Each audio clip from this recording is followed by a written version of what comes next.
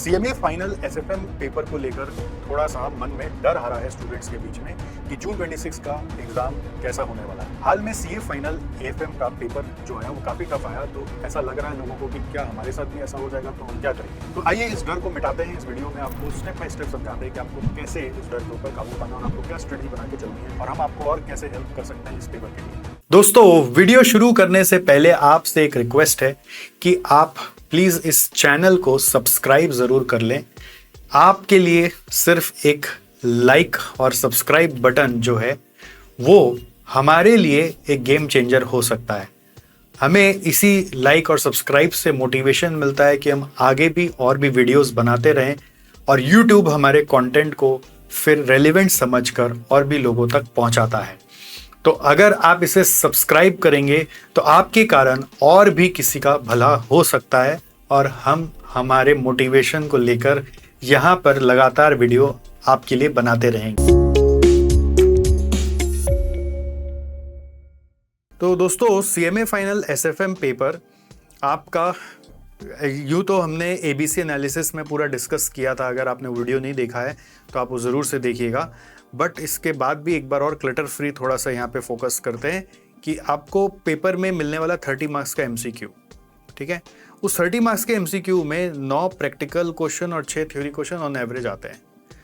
Practical में भी मतलब कुछ चीज़ें ध्यान देने की है, जैसे कि क्या आता है, कैपिटल बजटिंग के कोई भी मेथड्स आ सकता है, इक्विटी वैल्यूएशन का कोई भी फॉर्मूला आ सकता है, और पोर्टफोलियो मैनेजमेंट का कोई भी कैलकुलेशन आ सकता है, म्यूचुअल फंड का नैव कैलकुलेशन या कोई भी रेशियो कैलकुलेशन आ सकता है।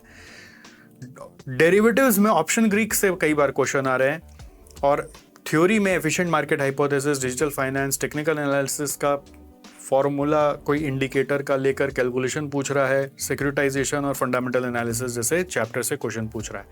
इसको देखकर यदि आप सोच रहे कि नहीं मेरा तो सब हुआ है तो मैं एमसीक्यू तो कर ही लूँगा, आप भ्रम में हैं। आपका पेपर टफ जाने वाला है। अगर आपने एमसीक्यू का डिवोटेड प्रैक्टिस नहीं किया तो आपका काम बनेगा नहीं। एमसीक्यू का डिवोटेड प्रैक्टिस करने के लिए हमने अपने यूट्यूब पर आप जाकर यदि सर्च करोगे तो टॉप में ही वैसे तो सारे एमसीक्यू के प्लेलिस्ट लगा दिए हैं, बट अगर आप सर्च करोगे CMA final SFM MCQ SJC तो आपको सारे एमसीक्यूज मिल जाएंगे। ICMA mat bit question, MCQ bank के, एमक्यूपी के, प्रीवियस ईयर पेपर्स के, जो कि आपको एक बेस बनाने में हेल्प करने वाला है। तो इसका एक आपको डिवोटेड टाइम अलॉट करना है और वो सारा एमसीक्यू एक बार कर लेना है ना। तो और इस एमसीक्यू के साथ साथ आपका थ्योरी का भी काफ़ी सारा रिवीजन नेचुरली हो जाएगा।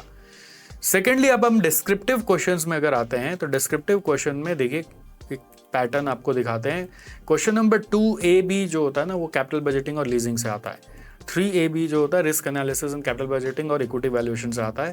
4A bond valuation, 4B mutual fund, 5AB portfolio, 6AB derivatives, एक फ्यूचर एक option, 7AB forex, 8ABC theory question आते हैं इन चैप्टरों से।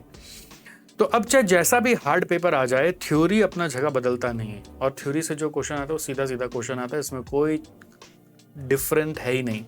अगर आप थ्योरी में कमज़ोर हैं, आप थ्योरी को इग्नोर कर रहे हैं, तो आपके लिए पेपर टफ हो सकता है।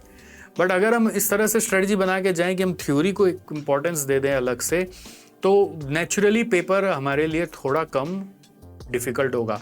क्योंकि एमसीक्यू में भी आप देखिए 5 से 6 क्वेश्चन थ्योरी का, और यहाँ पर आपका एक क्वेश्चन पूरा थ्योरी का है जो डायरेक्ट क्वेश्चन आता है। इसमें कभी भी कोई ट्रिक नहीं होता। अगर आप सर्च करेंगे तो आपको हमारे इस चैनल पे CMA final SFM theory marathon SJC नाम से एक वीडियो मिल जाएगा, जो यदि आप एक बार देख लेते हैं तो आपको कहीं ना कहीं कॉन्फिडेंस आ जाएगा कि आप थ्योरी कर सकते हो। बट आपको वीडियो देखकर हर चैप्टर का जो पॉइंट्स मैंने वहाँ पे बताया उसका एक अपना हाथ से समरी नोट्स बनाना पड़ेगा, जो डे बिफोर एग्जाम आप वापस से देखोगे। तो ये अगर आप कर लेते हो तो एक क्वेश्चन पक्का हो गया। फिर मैं अज्यूम कर रहा हूँ कि फॉरेक्स डेरिवेटिव पोर्टफोलियो आपने अच्छे से किए हुए, अल्टीमेटली सारा एसएफएम का जो जान है वो यही 3 चैप्टर में है, तो ये आपने अच्छे से किए होगा। स्टूडेंट्स नॉर्मली इसको बहुत अच्छे से करके जाते ही हैं। इसमें ग्रिप लाने के लिए आपको क्या करना है, इसका जो फॉर्मूलाज है घिस घिस के 2-3 बार लिख कर, भले ही देख देख कर भी लिखो, लेकिन देख देख कर लिख कर आप उसका सारा फॉर्मूलाज याद कर लीजिए। चाहे कॉन्सेप्ट दिमाग में हो नहीं हो, फॉर्मूला अगर सामने में रहता है ना तो सब बनता है। तो इन सब का फॉर्मूलाज सीक्वेंशियली अगर आप फ्लो में जिस तरह से क्लासेस में पढ़ाए गए अगर आप याद रख लेते हो तो आपका काम हो जाएगा। अगर आपको याद नहीं रहता है तो इन सब का भी हमने SFM मैराथन वीडियो डाला हुआ है और उसके साथ एक कलरफुल रिवीजन नोट्स दिया हुआ है जो कि आप यूज़ करोगे तो आपका एक फ्लो ऑफ फॉर्मूला आ जाएगा। या फिर आप जहाँ से भी पढ़ो जैसे भी पढ़ो आप अपने से फॉर्मूला लिस्ट बना लो, भी बैठ जाओ, डर को ख़त्म करो।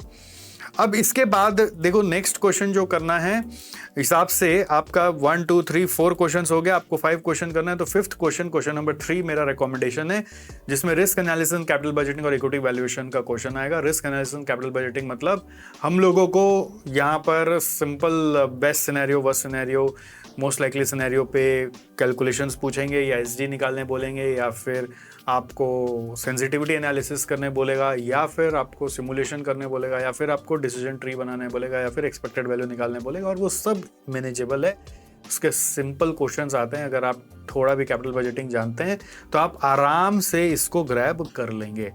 और इक्विटी वैल्यूएशन का भी 2 फेज 3 फेज कॉमन क्वेश्चन है, उसका जितना भी सवाल है अगर आप अच्छे से बना ले देख कर एक बार और फिर उसका फ्लो को समझ लें कि किस तरह से वो बन रहा है, फिगर्स चेंज होके वही क्वेश्चन छप के आने वाला है। तो ये आराम से आप कर सकते हो।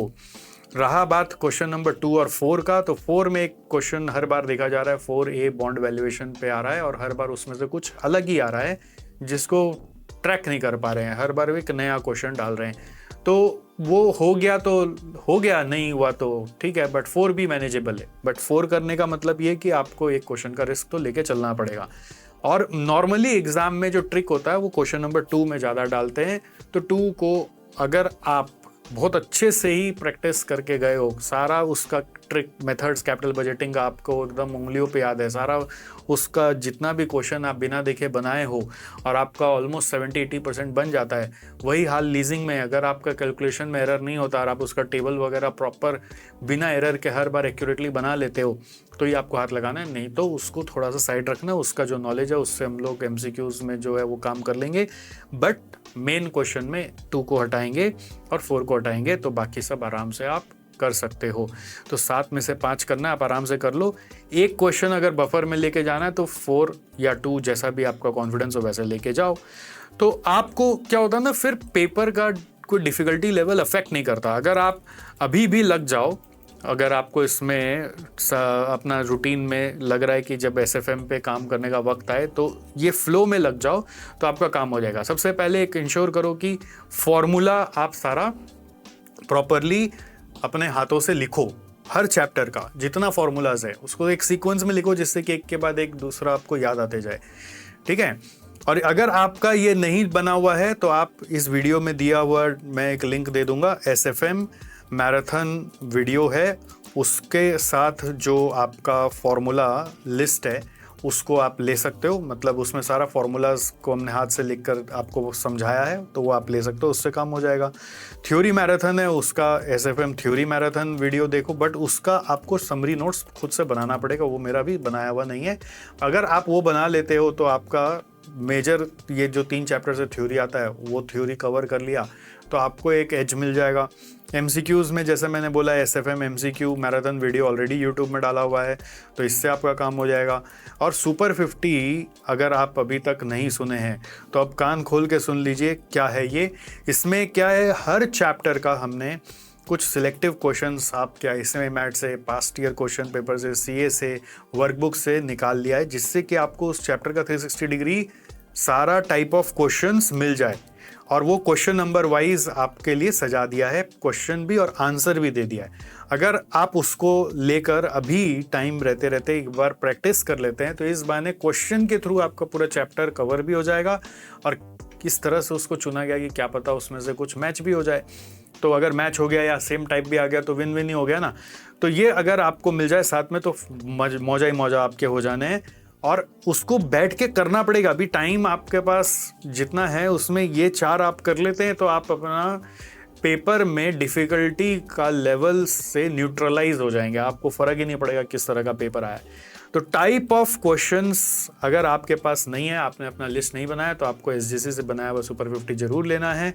अपना भी बनाया तो भी एसजीसी का लेना है, जिससे कि आप दोनों को मैच करके एक इंटीग्रेटेड बना लें और उतना क्वेश्चंस आप एक बार अभी प्रैक्टिस कर लें। डे बिफोर एग्जाम आप क्या करेंगे, सारा फॉर्मूलाज को फिर से रिवाइज करेंगे, सारा थ्योरी का पॉइंट्स देखेंगे, सारा सुपर 50 का जो क्वेश्चंस है उसको क्वेश्चन पढ़कर आंसर छुपा छुपा के समझेंगे कि आपको याद है कि नहीं, फ्लो याद है कि नहीं। और एमसीक्यू में जो मैराथन वीडियोस है उसमें से एमसीक्यू बैंक का सारा वीडियोस डे बिफोर एग्जाम जरूर देखकर जाएंगे, वापस से सॉल्व करके जाएंगे। MCQ bank videos primarily, but पढ़ाई करते समय सारा करेंगे। तो अगर आप ये कर लेते हैं तो आपका काम डेफिनेटली बनेगा। सुपर 50 कहाँ से मिलेगा सर? सुपर 50 के लिए हमारा एसजीसी डिजिटल ऐप है, उससे जाके आपको थोड़ा सा नॉमिनल फी देकर डाउनलोड करना पड़ेगा, बिकॉज ऐप में सब कुछ चार्जेबल है। भाई साहब क्या करें, और ऐप में नहीं देते तो हम आपको फर्दर अपडेट भी नहीं कर पाएंगे। और इसके बाद भी अगर आपको लगता है कि आपका रिविजन नहीं हो रहा है तो आप मुझे जरूर से अपने कमेंट में यहाँ पर लिखकर बताएं कि आपको किस तरह की प्रॉब्लम हो रही है, जिसको पढ़ के हम प्रॉब्लम सॉल्व करने की कोशिश करेंगे। By the way, something is brewing for you which we will announce very very soon. और वो ब्रूइंग जो है वो डिटेल्स जरूर हमारे यूट्यूब पे आने वाला है। मैं ऐसे लिख के बनाया हूँ, समथिंग इज ब्रूइंग, कुछ मैं पका रहा हूँ for June 26। Apart from all this जो मैं कर रहा हूँ ऑलरेडी, इन सब के बावजूद there are some things which I will say that we are making up and we will soon bring it for you, which is going to help you in the last days of exam. So वो क्या है बाद में बताएंगे। अभी आप अपना pen को, कॉन्फिडेंस को थोड़ा सा बैलेंस करिए और अपना पढ़ाई पे ही फोकस करिए, बाकी नॉइज पे एकदम भी ध्यान मत दीजिए। चलिए फिर मिलते हैं। थैंक यू सो मच, आपने इस वीडियो को एंड तक देखा। आई होप आपको ये वीडियो में जो भी बातें बताई गई वो वैल्यूएबल लगी होंगी। अब मेरी आपसे 3 छोटी सी रिक्वेस्ट है। पहली रिक्वेस्ट कि प्लीज प्लीज प्लीज इस चैनल को सब्सक्राइब कर लीजिए और वीडियो को लाइक कर दीजिए। ऐसा आप जब करते हैं तो YouTube को ये लगता है कि हमने कुछ वैल्यूएबल काम किया। आपके लिए कुछ नहीं जाता, बट हमारे लिए YouTube के तरफ से ये एक एसेट बन जाता है। सेकेंडली, आपने इस वीडियो में जब सारी बातें सुनी तो आपको क्या सबसे मोस्ट इंटरेस्टिंग और वैल्यूएबल लगा, वो आप हमें कमेंट में जरूर बताएं। इसके अलावा आप हमें अपना फीडबैक भी दे सकते हैं, जिसे पढ़कर हम सीखें और अगली बार वीडियो को और बेहतर बनाने का कोशिश करें। और तीसरा, हो सके तो प्लीज इस वीडियो को किसी एक जन के साथ जरूर शेयर करें, जिससे कि हम और भी लोगों को प्रभावित कर सकें। तो फिर आज यहीं रुकते हैं और मिलते हैं अगले वीडियो में।